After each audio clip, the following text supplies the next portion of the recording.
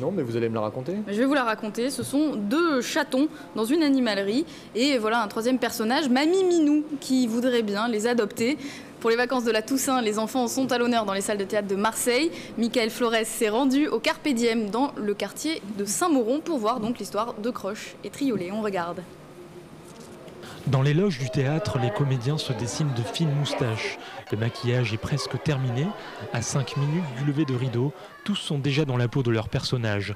L'histoire va commencer. Ça fait du bien une petite canne, hein. Un matin, je suis passée devant une animalerie. Je suis entrée et j'ai trouvé deux chatons musiciens. Moi, je m'appelle Croche. Je suis un petit chaton et j'ai été déposée dans une animalerie avec Triolet. Donc on va essayer de retrouver Mamie Minou, car elle est venue nous voir chanter, nous voir jouer de la musique. Devant un public jeune de moins de 10 ans, des chats se dandinent sur scène, parlent, chantent et parfois même miaulent. Les enfants participent, c'est là toute la magie du spectacle. Le méchant Minou.